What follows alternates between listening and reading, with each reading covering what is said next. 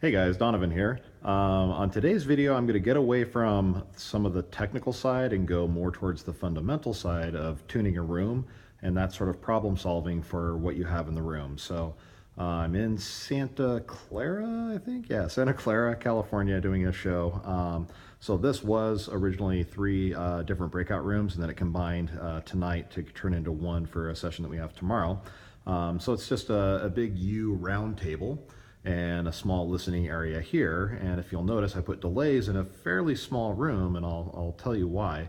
So a couple things is there's my measurement mic that I use to do all my measurements. I think I did a total of like 16 measurements. So looking down the room, you'll see that I have my main left and right, and over in that far right corner is my console. I have the U shape with 8 SM48 microphones on them, which I absolutely hate. They don't sound very good, so I wish I had a little bit better microphone. Over here I have a delay fill on this side and a delay fill on this side. So a couple things that I wanted to show you is, if you'll notice where the speaker is pointing, it's pretty much shooting right through this small audience zone. So I'm not facing it towards the walls, I'm not trying to shoot it in too far. And then you'll notice the same thing over here is that that's just pretty much dead center on that center seat. So going towards the front of the room, you're going to see pretty much the same thing happen. So what I'm trying to use these delay speakers for is just to fill in the small audience area and give them a direct line of sight to sound, so I don't need to drive the mains and push them past all these microphones. So if you look at that speaker, it's literally pointing towards pretty much that center seat, and that was actually measured. And I got the same thing over here. That speaker is pointing towards these center seats. So let's take a look at it from here. I've got my trusty little laser disto here. I don't use it for measuring distance as much as I do for just giving myself line of sight. So I don't know if you can see, but as I put the laser disto here on the edge of the speaker, it's pretty much right into that corner. And if I were to do it from the center of the speaker, you're going to see that it pretty much hits right in that area, okay? So just to be redundant here, I'm going to show you the same thing over here. So there's my laser, there's the edge of the speaker, got it locked down. So that's what I'm doing, I'm just kind of shooting it through that area. So a little bit of comb filtering as it shoots through that area, but I'm really not trying to drive a lot of volume in this area. I'm just trying to give people direct line of sight for sound. So that's the solution I came up with. Shoot it towards this chair. Everyone has minimum variance in this area, and then to keep the volume down so that it doesn't bleed too much with that speaker over here. Same thing on these ones. I could do the same thing with the laser measurement. Is they're not just generally pointed, they're exactly pointed. So that's one kind of fundamental idea that you want to start looking at is don't just sort of eyeball your speakers, point them exactly where you want them to go, and it makes it a lot easier to do sound. So what did I do for measurements with my mic here? So the first thing I did was I checked the polarity, because these hairbangers, I guess we call them, they're harbinger, but for us we just call them hairbangers. So the first thing I did is I put my microphone exactly 7 feet away. I measured it with this, so just a distance meter, put it right on the little logo, and I was able to measure 7 feet out. And then I checked the gain. So I checked the gain on all these speakers, and they were all over the place. The little pots that they have in the back to control the volume don't have any clicks or marks on them, so you just kind of have to adjust them, and they're all quite different, honestly. So first thing I did was I got all my speakers the same volume. So he's the same volume as him, as him, as him. So now I know my PA is all the same volume, so when I make adjustments, I'm starting at a uniform spot. So this was the first measurement I did. It was on axis, 7 feet away, okay? Now the next thing that I did is I did a measurement from this back corner. So from right about here, on axis, I did another measurement to that speaker. And then the last thing that I did is I went off axis, further into the room, into still its coverage zone, and I measured from here. I did the same thing for that. I measured 7 feet from the speaker, which is pretty much right at that first chair. I measured at this back chair, and then I measured off axis this way to see what the sound was doing. So a lot of people are asking, where do you measure from So I want to measure from where I'm going to get results. Same thing on my, I'm calling this one right from my console perspective, but measured him 7 feet off. I measured in between all of my chairs. So I had a microphone, had my measurement microphone on the ground right about there. And then I want that speaker and this speaker to overlay where as soon as you're in the point where you can hear this speaker here, that one just sort of fades away. So the handoff between those two speakers I want to be even. So my last measurement that I did was over here on this side. I really don't care, for what it's worth, what it sounds like in the middle of this area, because it's not an audience listening area. So go over a couple other things, kind of going back to the board. Sorry if it looks shaky. It looks good on my phone. And sorry about the mic on the phone. I need to get like a little lapel mic. Have a seat. Show you what I did. So, just like I normally do, I have my matrix set up. So I have my main left, which I'm calling him, my main right, that one over there, delay left, delay right, okay? So when I went through to do my measurements, I'm going to show you my outputs here.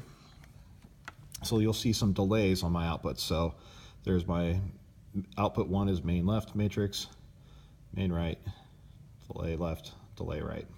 So you notice the delay left and the delay right are the same. It's because the speaker distances are also the same. So it took 28.8 feet of delay to get those to hand off between the mains and the delays. So let's get close over here so you guys can see what I did on my measurements. Starting down here at the bottom, I was playing around with the true EQ and looking at the graph, so don't really mind that measurement. So the first thing I did is I measured main left. And that was my main left. It gave me my polarity. Did the same thing on main right, got my polarity, and also sort of a gain. So you can see all my polarities are matching up. So I know that I don't have anything out of phase. And with these speakers, that was something that I definitely wanted to check. Okay, so after I did my 7-foot measurement, then I went and I did delay right on axis, mid distance, so I just used the word mid for that, and then on axis far. So I got 2 measurements there. So now if you look at this, you'll see sort of a pattern taking place on the EQ, regardless of distance to the speaker. So there's my delay right on axis, off axis, and then delay right. So there's all 4 of those measurements, or sorry, all 3 of those measurements together. So you can see there's sort of some trends happening with the EQ, except this sort of anomaly here. And you're going to see that more and more on all of these. So if we go to the delay left,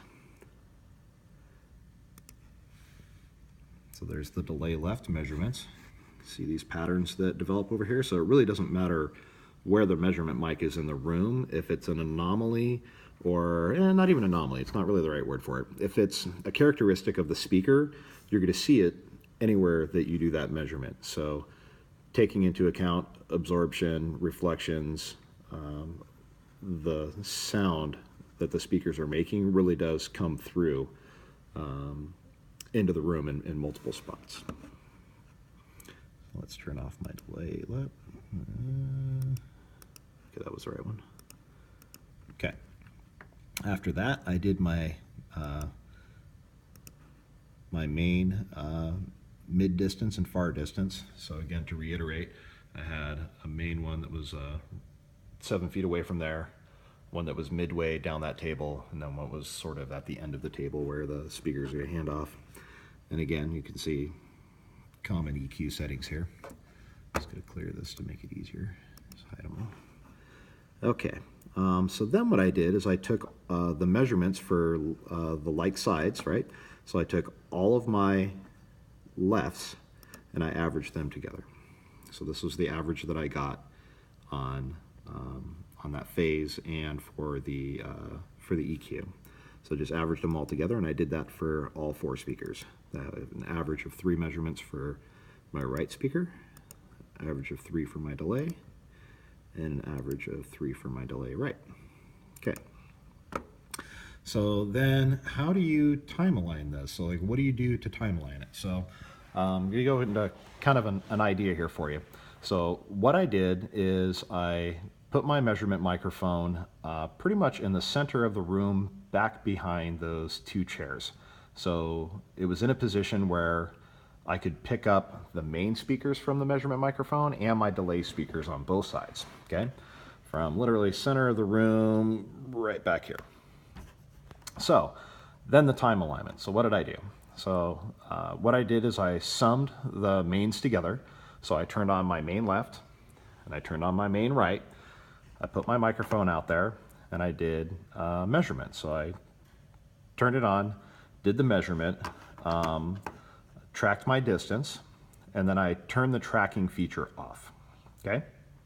So once I turn that tracking feature off, what it does is it will allow me to turn on the delay speakers without the impulse response information, which is up here. Wrong color, let's try yellow, there we go. So it gives me this impulse response time right here.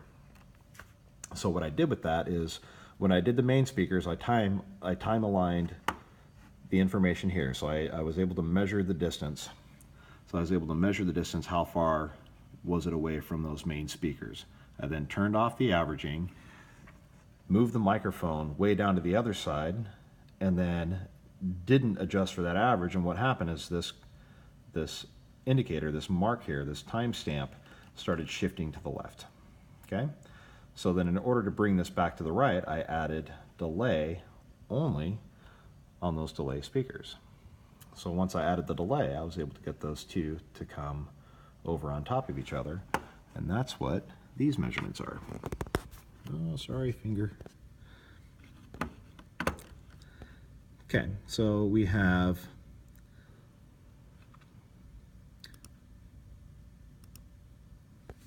main left and right summed. Purple's a horrible color. Really hard to see. So there was my main left and right summed. And then what I did is I did my delays and adjusted the time on that. So now what you can see between these two measurements is there is the timestamp, right? The timestamp on this one. And it's telling me that it's at 43 milliseconds. And I did it again here, 36 milliseconds, and you'll see that those traces graphed up with each other. So again, to reiterate that, where do you measure from? Well, I kind of measured everything individually to begin, then I summed my main left and right together, and then figured out the distance where I wanted those two to overlap in the back of the room. So now when I listen to anything in the system, the handoff between this speaker as the sound comes out, the back speakers are waiting, and then the front speaker sort of dies off right as that one picks up and takes it over and just carries it into the back of the room. So even though it's a fairly small ballroom and it doesn't really justify having this many speakers, in one way it does, because I don't need to have the volume of my PA very loud now, because I'm kind of just covering the zones that I want to be covering. So I hope you guys learned something from this one. I hope it gives you some questions to ask and maybe some more fundamental ideas, but rather than just going through and showing you how to do measurements and hook things up, I wanted to sort of get into the fundamentals of why we do what we do and the results that it ends up having. And as for an example, no, never mind. I was gonna play some music, but I don't want YouTube to snap it at me. So, okay, done babbling. Thanks for watching. Hope you guys get something out of this. Like I said, if you have any questions or something isn't really clear, I know I didn't show you how to measure anything on this one, just gave you some ideas. Let me know, and I'm gonna go back down to cleaning up all my extra cases and cables and taping stuff down. So we'll catch you guys on the next one.